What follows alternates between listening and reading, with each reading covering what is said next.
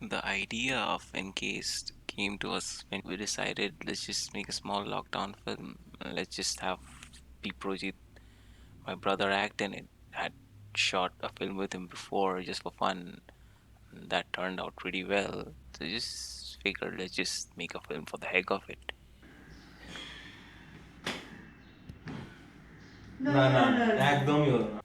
We wanted to show what almost all of us are going through every day in these weird times. The lockdown and then the cyclone. What would feel staying alone? Every small thing would be kind of scary, and you would start making things in your head, but then you have no option other than to deal with it. You could probably message a friend or call them up, but after the cyclone, for at least a few days, even that was a problem. Imagine staying alone in a lockdown without internet or telephone. আর কি ঠিক আছে, ঠিক আছে। Before we actually started the actual shoot of the film, I kind of wanted to shoot the whole film through my phone with placeholders or even empty frames and just put it on the edit table and see what we might need, or just to get an idea of the pacing of the film. This process is like a tremendous help, and I would definitely want to do it for any film I'm shooting. It kind of gives the entire crew clarity on what is going on.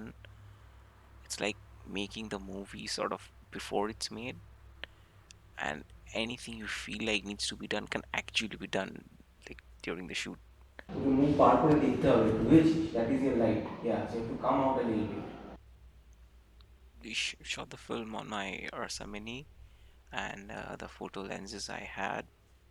What I wanted to really try and do is create an atmosphere of a rainy night and you don't have electricity.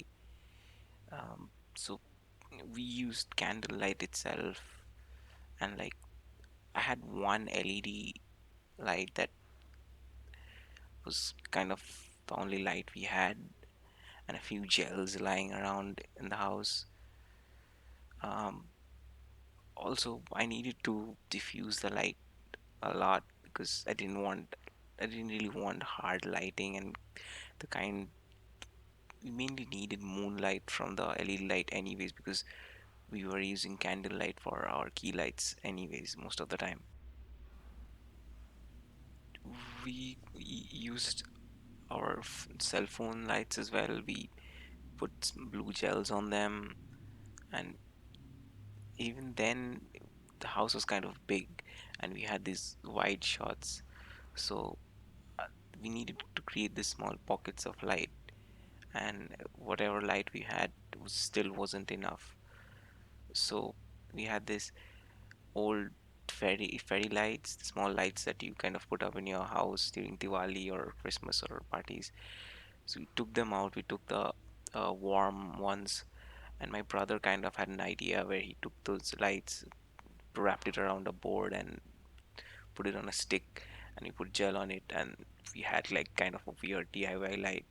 It helped a lot. Even with all these small DIY lights and the candlelight, I still not getting the exposure I wanted for the film.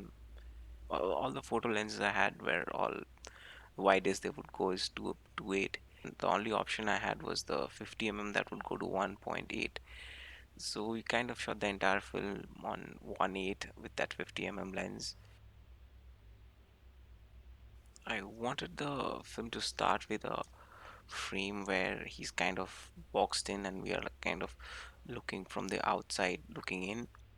Although the film was being shown, it's raining outside, it's a rainy night, couldn't actually shoot in the rain. So for this shot, I actually had to wait for a day when it was not raining, and I had my brother get like one of those life boy hand wash things that we have. We just fill that up with water and just spray water from out of the frame into the window that you're shooting through, and the water would trickle down the glass and it would look like it's raining.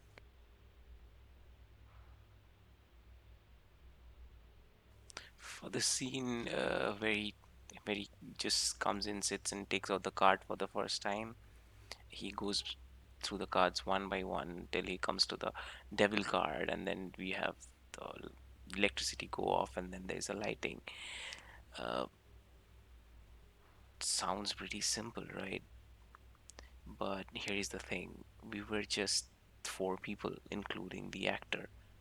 So leaving him to his acting, uh, I held up my phone light with blue gel in it with one hand.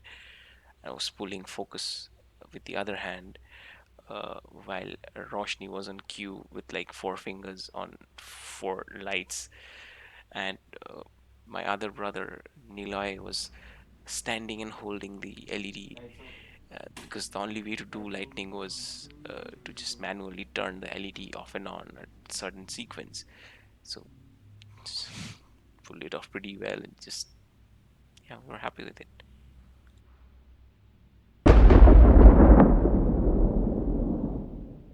Really wanted to have a lot of track movement, tracking in, dolling in, building up the tension, and have like more immersive storytelling.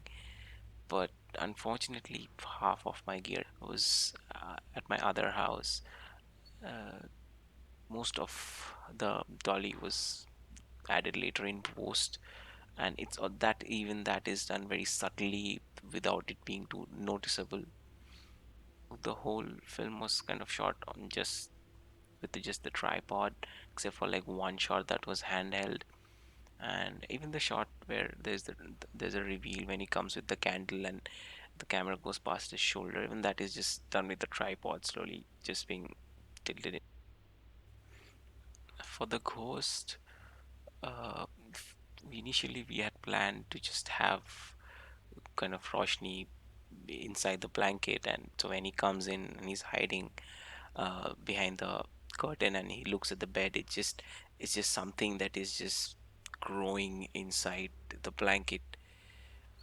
But then we kind of thought it would be really cool to have an actual ghost that we can see.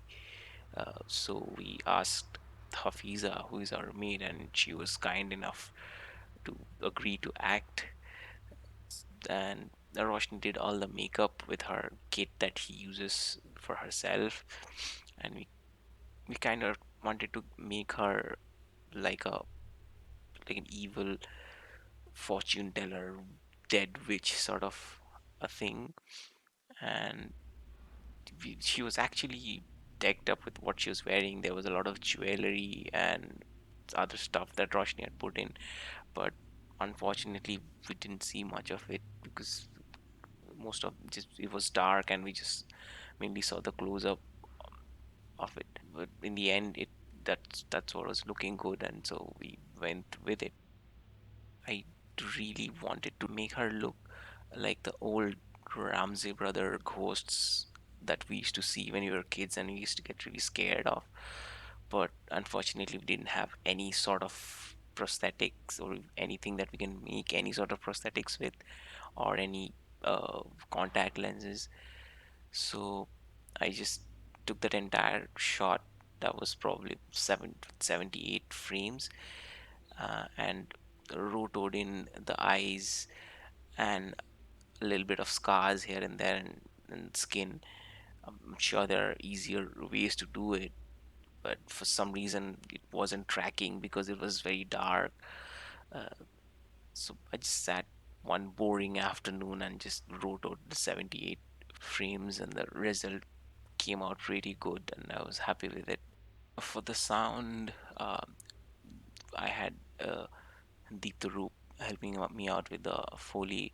So I went with him uh, through the entire film, and we kind of recreated most of the stuff. And when we got a lot of sound effects from Artlist, and even the music is from Artlist, from this amazing artist uh, that I found on Artlist called Mikhail Vinola. I hope I'm pronouncing it right. The initial idea was to finish off the film right after the reveal of the ghost. He comes in, he sees the ghost, and the door closes, and we see the ghost, and it just ends there. Uh, but I kind of wanted to add a little more to it. Just instead of finishing it there with the scare, we all have nightmares, and we eventually wake up and realize uh, that it was not real. And thank God it wasn't real. We have a sense of relief. But what if we took that away and suddenly come back and see that what he was scared of and what he thought was a dream is actually true in front of you, and finish it there and leave it to the audience's imagination? When you imagine things, it's your scare. Whatever you are scared of, you will imagine that. So it's just up to your imagination what would happen if you were in a spot like this.